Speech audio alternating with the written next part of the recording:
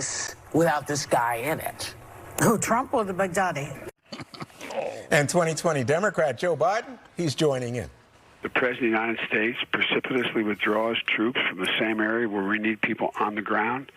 That the reports that I've read in the major press is that that made it much more difficult for the Delta Force to do their job. It got pulled off, I think, in spite of his actions.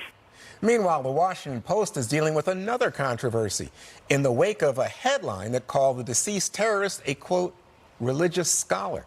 Columnist Max Boot is playing cleanup. He wrote that al-Baghdadi isn't a coward because he blew himself up. Now the Washington Post has deleted that line and issued a correction. Martha, I want you to take a look at this video. It's the president talking about how he would discuss terrorists back during his campaign in 2015. They talk about my tone. I remember when Jeb and Hillary the same day, Mr. Trump's tone is not nice. They're chopping off Christians' heads in Syria and other places, and they want me to have a nice tone. I'm supposed to be, oh, isn't life wonderful, okay?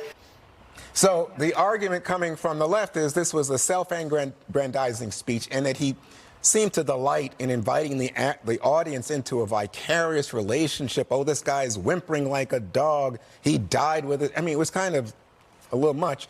But you're saying when you look at that clip, this is the guy we elected. This is the guy we elected.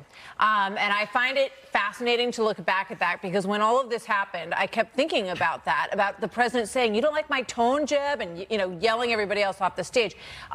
Whatever you think about the way he delivered his speech when he announced this, this is the way that President Trump does things. He is completely under siege. This was an enormously ambitious undertaking, extraordinarily risky. And what bothers me the most in hearing all of these harsh reviews is that we're losing sight of this extraordinary achievement by these incredible members of our armed services, by the Delta Force. And could the president have given other people a little bit more credit? Could he have been more humble? Could he have been more sort of sedate in that moment? Of course he could.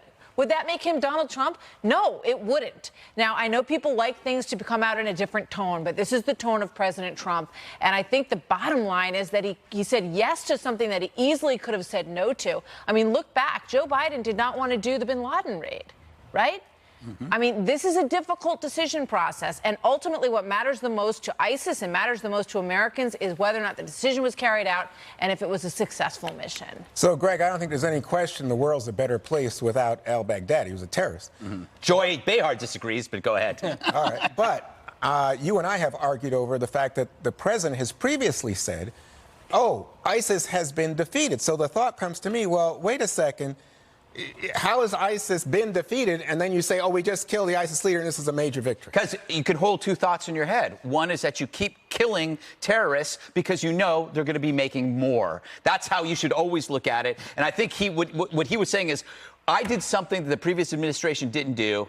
I eradicated ISIS, but terror lives on. You can have those two thoughts. The problem with this story for the media is it destroys two narratives. Number one, it kicks impeachment, off the screen for a few days, and that drives them crazy. And number two, it undermines the idea that what he's dealing with foreign policy-wise in Syria is wrong. That story is destroying those narratives, which is why they had to do this resolution, whatever this impeachment crap is we're talking about later in the show. Look, I would hate to be on the side that is sad Baghdadi is gone and won't support a hero dog. I mean, what kind of person are you?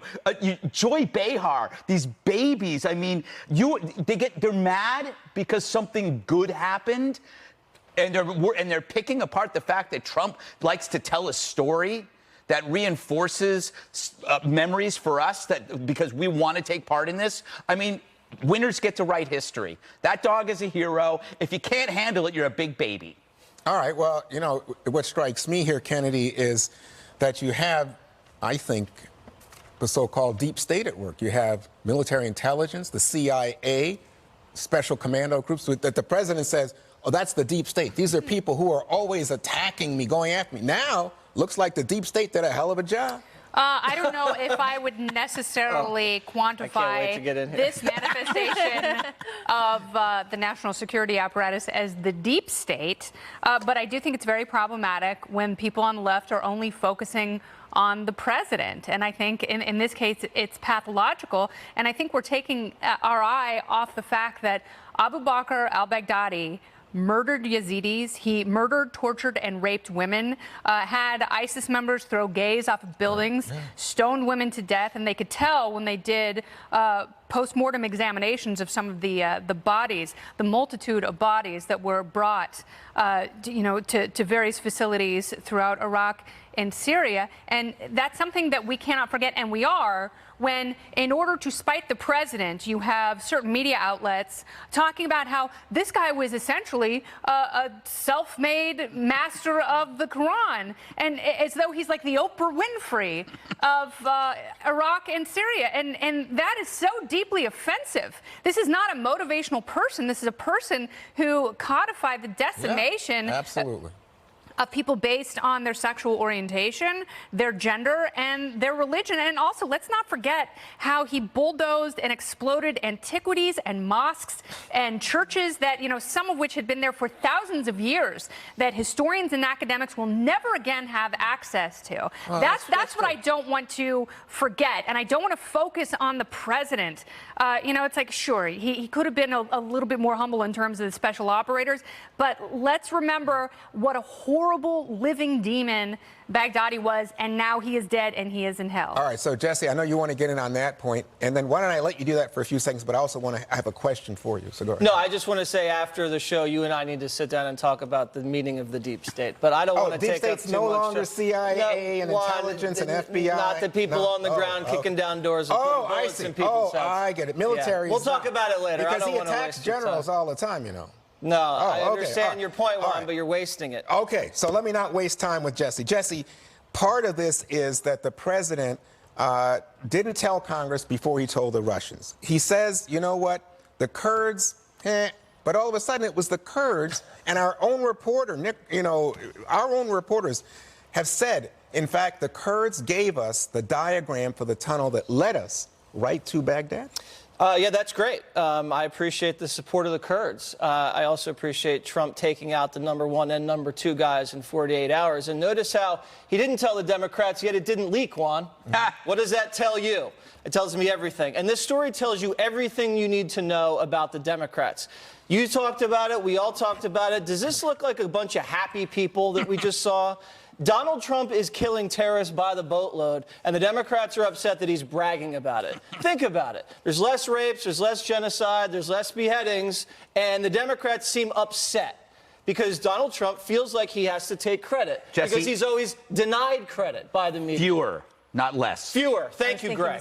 Thank you, Greg. I'm going to get you in the next I was pretending to be a Democrat. Thank you. Thank you. Good job. The point is this. He doesn't get credit for beating Hillary. They say the Russians helped him. He doesn't get credit for the hot economy. They say it's Obama's economy. And now he's not getting credit for defeating ISIS because they're saying it's all the guys doing the dirty work on the ground. He's his biggest hype man. He's always been that way. I don't think we should be surprised by it, but it seems like reporters wake up every single day and are shocked that Donald Trump is doing this. And one more thing. And no one's reporting this, but if it was the other way around, it would be reported. Donald Trump killed the guy that Barack Obama let out of Iraqi prison in 2011. Baghdadi was held by the U.S. in 2011 in Iraq. They let him out. And what happened? It took a long time to put a bullet in his head. He initially was held by George W. Bush. He was held by both people. Can I add just one thing to this? Because the reason Democrats are so upset and they don't want the president to have a victory, if you remember in 2012 at the Democratic Convention, how did Joe Biden open his speech? What was the line he used? Was it GM's alive and Bin Laden is dead? With no help to him because he didn't want it to happen. By the way, his administration did it. By the way, Obama approved it.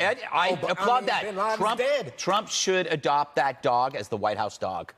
Re-election. Great idea. Oh, my God. Great idea. Barron would love that dog. It's no longer on strike, and al-Baghdadi is dead. For a minute? About the dog? We got more show to go here. Millennials want to give socialism a chance, and Gregory's ready to give them a reality check. So stay tuned, for The Five has got that next.